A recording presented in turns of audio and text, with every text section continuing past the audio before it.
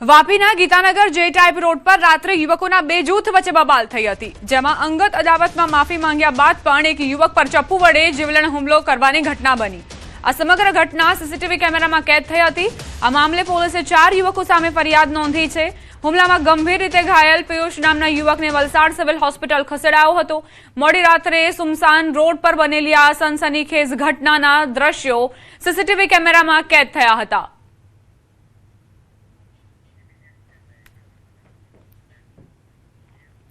नर्मदा जिल्लाના ગરુડેશ્વર ખાતે ઉચ્ચ અધિકારીઓના સરકારી મકાનો પર ડિમોલેશન હાથ ધરાયું। 5 અધિકારીઓના બંગલાઓનું ડિમોલેશન કરાયું, જેમાં આરવી બારિયા અને એલએમ ડિંડોર બે અધિકારીઓ દ્વારા હાલ સ્ટે લાવવામાં આવ્યા છે। અધિકારીઓએ રહેવા માટે ફાળવેલ પ્લોટ ભાડે આપતા શરત ભંગ થતા કાર્યવાહી કરાઈ। ઉલ્લેખનીય છે કે સ્ટેચ્યુ ઓફ યુનિટી બનતા જમીનનો ભાવ વધતા 11 જેટલા તત્કાલીન ઉચ્ચ અધિકારીઓને તત્કાલીન કલેક્ટર આરએસ નીનામા દ્વારા પ્લોટ ફાળવવામાં આવ્યા હતા। વર્ષ 2019માં આ પ્લોટ ફાળવવામાં આવ્યા હતા, પરંતુ અધિકારીઓએ રહેવા માટે ફાળવેલ પ્લોટ અંગે શરત ભંગ થતા કાર્યવાહી કરાઈ છે।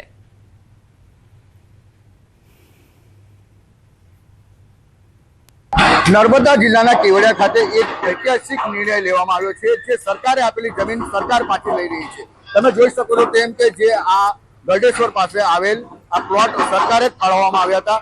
ઉચ્ચ અધિકારીઓને ક્લાસ 1 અધિકારીઓને આ પ્લોટ ફાળવવામાં આવ્યા હતા। એમની શરત એટલી હતી કે જે અધિકારીઓ છે તેઓ પોતે જાતે રહી શકે અને પોતાના મકાનમાં રહી અને સ્ટેચ્યુ ઓફ યુનિટીની આજુબાજુ રહી શકે। ત્યારે જે શરત ભંગ કરી છે, જે અધિકારીઓએ મકાનો તો બનાવી દીધા પાકા કરોડો રૂપિયાના જે મકાનો બનાવેલા છે, જેને હાલ ડિમોલેશનની કામગીરી ચાલી રહી છે।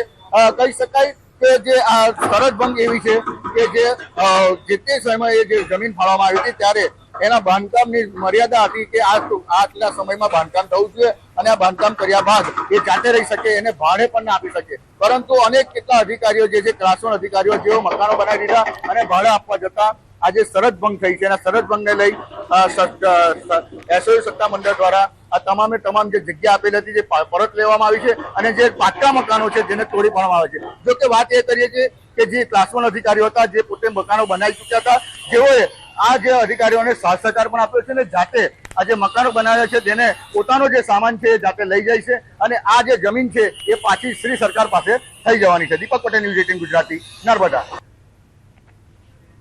વડોદરાના માંજલપુર પોલીસ સ્ટેશનમાં એસીબીએ સપાટો બોલાવ્યો। 10,000ની લાંચ કેસમાં પીએસઆઈ મલ્લિકા પરમાર સામે કાર્યવાહી હાથ ધરાઈ।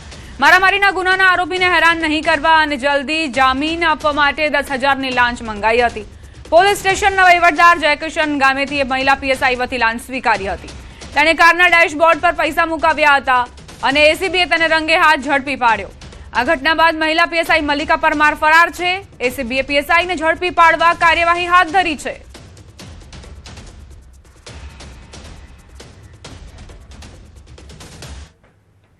ખાંભાના ચતુરી ગામે સિંહના હુમલામાં 5 વર્ષના બાળકના મોતના મામલે વન વિભાગે મોટી કાર્યવાહી કરી છે।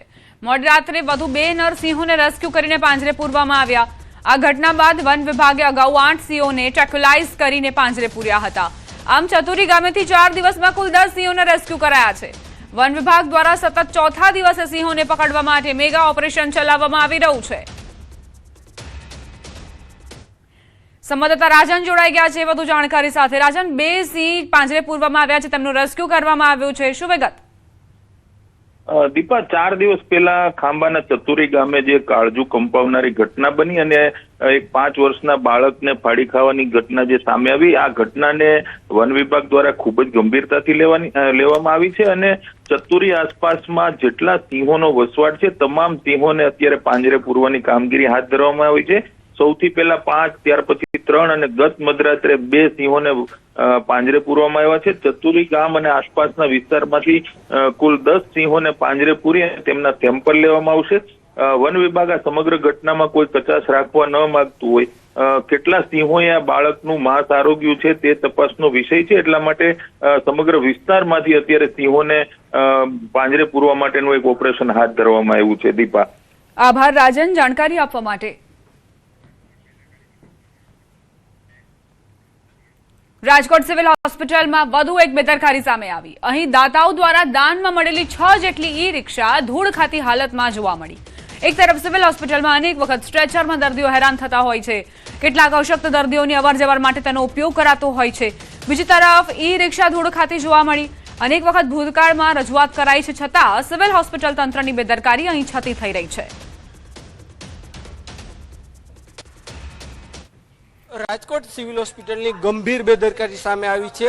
ખાસ કરીને અહીંયા 8 જેટલી રિક્ષાઓ છે, ઇલેક્ટ્રિક રિક્ષાઓ છે કે જે દર્દીઓ માટે કામમાં ઉપયોગમાં લેવા આવી જોઈએ તે રિક્ષાની હાલત જોઈ શકાય છે. તે રિક્ષાઓના જે અહીંયા જે સાધનો પડ્યા છે, જે સ્ટ્રેચર પડ્યા છે તેના દ્રશ્યો જોઈ શકો છો.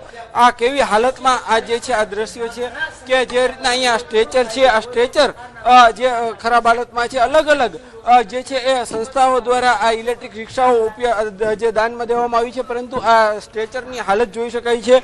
અહીંયા ધૂળના થર જામેલા છે, બાવા જામેલા છે. આ રિક્ષાને છેલ્લા ઘણા સમયથી આ કોઈ જે છે ઉપયોગમાં ન લીધી હોવાનું સ્પષ્ટ રીતે સામે આવી રહ્યું છે. સામાન્ય રીતે જો કોઈ દર્દીઓ આવતા હોય તો એ દર્દીઓને જે છે તેમને દરવાજેથી જે તે વોર્ડ સુધી લઈ જવા માટે આ રિક્ષાનો ઉપયોગ કરવાનો હોય છે.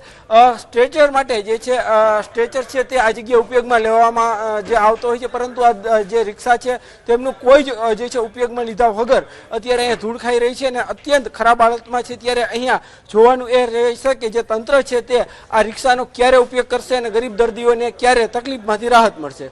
હાર્દિક જોશી, ન્યૂઝ 18 ગુજરાતી, રાજકોટ. મુંબઈના ભાયખલા વિસ્તારમાં મોહરમના આશુરા જુલુસ દરમિયાન પેઇન કિલર કેપ્સ્યુલના નામે કથિત રીતે ઝેરી કેપ્સ્યુલ વહેંચવાના ગંભીર ષડયંત્રનો મુંબઈ પોલીસે ભંડાફોડ કર્યો છે. પોલીસના જણાવ્યા અનુસાર મુખ્ય આરોપી ફૈયાઝ નિસાર હુસૈન પ્રેમજીની ધરપકડ કરવામાં આવી છે. તેની પાસેથી 14,900 કથિત ઝિંક ફોસ્ફાઇડ ભરેલ કેપ્સ્યુલ્સ જપ્ત કરવામાં આવ્યા છે. તપાસમાં 30,000 કેપ્સ્યુલ અને 50 કિલો ઝિંક ફોસ્ફાઇડ મંગાવ્યાની વિગતો સામે આવી.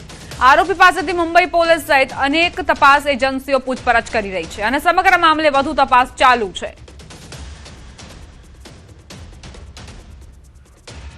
भाईतला पुलिस स्टेशन की हद में मुहर्रम का प्रोसेशन चल रहा था.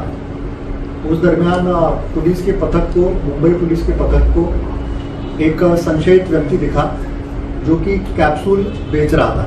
उसके बाद उसने कबूली दी कि उसने इस प्रोसेशन को टारगेट करने के लिए और साथ ही में लोगों को हानि पहुंचाने के लिए टोटल 30,000 कैप्सूल ऑर्डर की थी ऑनलाइन और साथ ही में 50 किलो जिंक फॉस्फाइड ऑर्डर किया था और प्रत्येक कैप्सूल में 1-1 ग्राम जिंक फॉस्फाइड डाल के उसने इस पर्टिकुलर प्रोसेशन को टारगेट किया.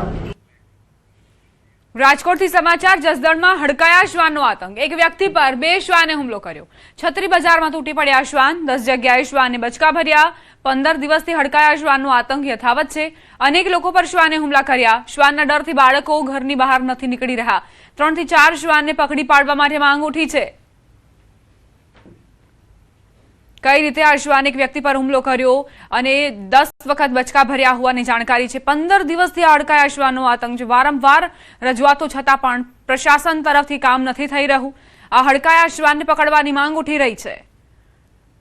આ જે શ્વાન છે તે બાળકો માટે તો કેટલા ઘાતક સાબિત થઈ શકે છે તેનો અંદાજ પ્રશાસનને હશે કે કેમ તે પણ એક સવાલ છે, કારણ કે આ પ્રકારની ઘટનાઓ વારંવાર બનતી આવી છે. હજુ આ વ્યક્તિ